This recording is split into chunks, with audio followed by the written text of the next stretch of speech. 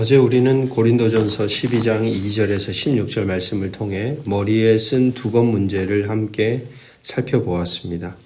바울이 정말로 다루고자 했던 것은 어떤 복장 규정이 아니었죠. 믿음 안에서 얻은 자유가 공동체의 질서와 서로를 향한 존중 안에서 행사되어야 한다. 그게 바로 바울이 말하고자 하는 핵심이었습니다. 오늘 본문의 말씀도 그런 같은 맥락에서 이야기가 이어지고 있습니다. 고린도 교회는 한 자리에 모여 주의 만찬을 나누었습니다. 그런데 바울은 그 모임을 두고 칭찬이 아니라 책망으로 말문을 엽니다. 17절 내가 명하는 일에 너희를 칭찬하지 못하노니 너희의 모임이 유익이 못되고 도리어 해로움이라. 모이면 모일수록 더 풍성해져야 할 신앙 공동체가 모이면 모일수록 오히려 손해를 보고 있다는 것입니다. 도대체 무엇이 잘못되었던 것일까요?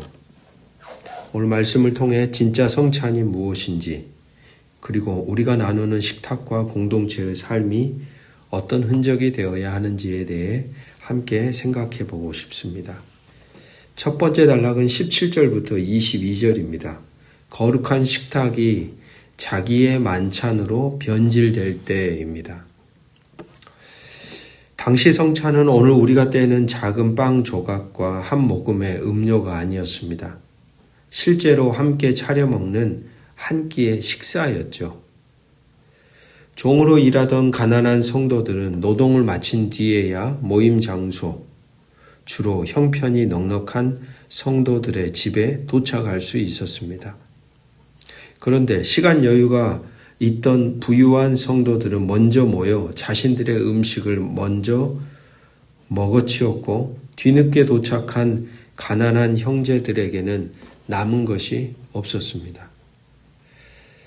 헬라어 본문에서 함께 모여서 먹는 것과 주의 만찬은 사실상 대조를 이루고 있어서 20절은 더 정확히 옮겨보자면 너희가 모여서 먹는 그것은 주의 만찬이 아니다라는 의미를 우리에게 던져줍니다. 바울에게 이것은 단순한 식사 예절의 문제가 아니었습니다. 명예와 수치의 문화가 지배하던 사회에서 가난한 성도들에게 어찌 보면 공개적인 모욕을 안기는 사건이었습니다. 너희가 먹고 마실 집이 없느냐? 가난한 자들을 부끄럽게 하느냐는 바울의 질문에는 엄청난 분노가 담겨 있는 것이죠. 가진 자들이 자기들이 누릴 것은 성찬이라고 하는 그 식탁 공동체 안에서도 자기들은 마음껏 누리면서 힘이 없고 사회적 지위가 낮은 사람들의 인생에 치욕과 모욕을 안겨주는 행위를 하고 있는 그 성찬의 자리가 얼마나 바울이 보기에는 역겨웠겠습니까? 오늘 우리 말씀 공동체 안에서도 알게 모르게 내 만찬을 먼저 챙기고 뒤에 오는 이 형편이 어려운 일을 기다리지 못하는 모습이 있지는 않은지를 돌아보게 됩니다. 모임은 모일수록 풍성해져야 하는데 누군가를 소외시키는 모임은 오히려 해로운 모임이 된다는 사실입니다. 두 번째 단락은 23절에서 26절입니다. 주님이 세우신 식탁의 본래 의미를 기억하는 것입니다.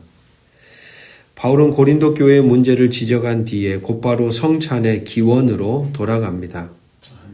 여기서 기념하라라고 하는 이 말은 단순히 지나간 일을 떠올리는 것을 넘어서서 그 사건의 의미와 능력이 오늘 우리의 삶 속에 다시 현실이 되게 하는 행위를 포함하는 단어입니다. 떡은 우리를 위해 찢기신 그리스도의 몸, 잔은 우리를 위해 흘리신 그분의 피를 가리킵니다. 이 식탁은 한 분 주님 안에서 우리가 한 가족이 되었음을 확인하는 자리입니다. 그리고 동시에 그분이 다시 오실 때까지 십자가의 사랑을 이 세상 앞에서 선포하는 자리입니다. 그러므로 그 자리는 누군가의 사유물이 될 수도 없고 더군다나 누군가를 소외시킬 수도 없는 자리인 것입니다. 우리가 성찬을 받을 때마다 기억해야 할 것은 나의 신앙생활이 잘 되고 있는가가 아닙니다. 주님이 나를 위해 그리고 내 곁에 형제 자매를 위해 자신을 내어주셨다라는 사실입니다. 그 사실을, 그 사랑을 기억하는 자리에서 누군가를 배제한다면 그것은 그때부터 더 이상 주의 만찬이 아니라는 사실을 바울은 말하고 있는 것이죠. 세 번째 단락입니다. 27절에서 34절입니다. 자기를 살피라는 것은 사랑으로 서로를 분별하라는 것입니다. 28절, 29절 사람이 자기를 살피고 그 후에야 이 떡을 먹고 이 잔을 마실지니 주의 몸을 분별하지 못하고 먹고 마시는 자는 자기의 죄를 먹고 마시는 것이니라. 성찬식 때마다 우리가 어쩌면 이 말씀 구절을 늘 잘 들어옵니다. 많은 분들이 이 구절을 자기 안에 죄가 있는지를 점검하여 합당하게 느껴질 때에만 성찬에 참여하라는 뜻으로 이해했을지도 모르겠습니다. 근데 그렇게 생각해 보면 과연 그 어느 누구가 성찬에 참여할 자격이 주어질까요? 우리 안에 죄가 있으면 거기에 참여할 수 없다. 아니요. 어쩌면 성찬은 우리 안에 죄가 있음에도 불구하고 변함없이 베풀어 주시는 하나님의 은혜에 의지하여 그분의 몸과 그분의 피를 먹고 마시는 거룩한 자리인 것입니다. 그렇기에 오늘 본문을 문맥을 따라 읽어 나가다 보면 바울의 말씀의 의도는 그와는 조금 다르다는 것을 우리는 알 수 있습니다. 28절에 그 후에야 라고 번역된 헬라어 이 단어는 그러므로 이런 식으로 라는 뜻입니다. 시간의 순서가 아니라 방식을 가리키는 말입니다. 즉 자기를 살핀 다음에 먹으라가 아니라 자기를 살피는 자세로 그렇게 먹으라 라는 말입니다. 바울이 화를 낸 이유도 누군가의 개인적인 도덕적 결함 때문이 아니었습니다. 부유한 성도들이 가난한 형제들을 기다리지 않고 먼저 먹어 치우며 교회 공동체의 하나됨을 깨트린 것 때문이었습니다. 그러므로 주의 몸을 분별하지 못한다는 이 말씀은 빵과 잔이라는 물질을 잘못 다룬다는 뜻이 아니라 그리스도의 몸된 공동체, 곧 교회, 특히 그 안에 약한 지체들을 알아보지 못하고 무시한다는 뜻을 담고 있는 것입니다. 29절은 개역개정에서 자기의 죄를 먹고 마신다고 번역되어 있습니다만 헬라어 원문의 단어는 더 정확히는 자기의 심판을 먹고 마신다는 뜻입니다. 그만큼 바울에게 이 문제는 결코 가벼운 일이 아니었던 것이죠. 그래서 바울은 33절에서 해법을 제시합니다. 서로 기다리라 라고 말합니다. 기다리다와 맞아들이다, 환대하다 라는 의미를 함께 지닌 말입니다. 결국 성찬 앞에 합당하게 서는 길은 도덕적으로 완벽한 상태여서가 아니라 내 곁에 지체를 기다리고 환대하는 사랑으로 묶여진 공동체 안에 있는가? 그 사랑으로 우리는 이어져 있어서 서로를 배려하고 있는가? 서로를 무시하지 않고 있는가? 서로를 주의 형제 자매로 대하며 마음을 다해 사랑하고 있는가라고 하는 사랑의 태도입니다. 코람데오, 하나님 앞에 선다는 것은 결국 그분의 식탁에 함께 앉은 형제 자매 앞에 선다는 뜻이기도 합니다. 사랑하는 말씀의 동역자 여러분, 우리가 기다려 주어야 할, 우리가 환대해야 할 사람들은 지금 누구일까요?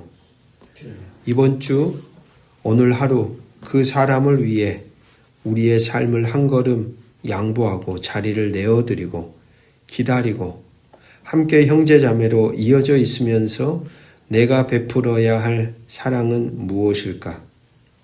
그것이 바로 성찬 앞에서는 몸된 공동체의 바른 태도, 자세임을 오늘 하루도 기억하며 살아가시기를 주의 이름으로 축복합니다. 기도하겠습니다. 사랑이 많으신 하나님 아버지, 우리를 위해 찢기신 주의 몸, 흘리신 피로 당신은 우리를 한 몸, 한 가족 삼아 주셨습니다.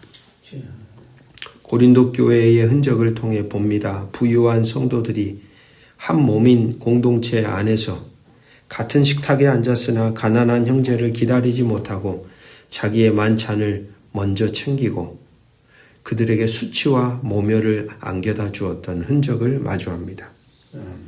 주님, 우리도 또한 알게 모르게 내 자리, 내 시간, 내 목만을 먼저 채우려 했던 모습이 있지는 않았는지, 과연 우리는 그리스도의 몸된 형제자매로 서로와 이어져 함께 서로를 환대하고 서로를 사랑하고 서로에게 배려하며 살아가고 있었는지를 다시 질문하게 됩니다. 말씀 공동체가 이 본문 앞에 거울처럼 서서 우리가 누구를 기다리지 못했는지, 누구를 부끄럽게 했는지를 돌아보게 하시고 오늘 다시 서로를 향해 거룩한 양보와 환대의 자리로 나아가게 하옵소서. 우리가 떡을 떼고 잔을 마실 때마다 주님이 우리를 위해 자신을 내어주신 그 사랑을 다시 마음 깊이 기억하며 그 사랑이 다시 우리 곁에 지체에게로 흘러가게 하옵소서. 하나님과 사람을 그리고 서로를 잇는 이 거룩한 식탁이 우리 가운데 회복되게 하시고 우리로 그 있는 사명을 잘 감당하게 하시기를 예수 그리스도의 이름으로 간절히 기도드립니다. 아멘.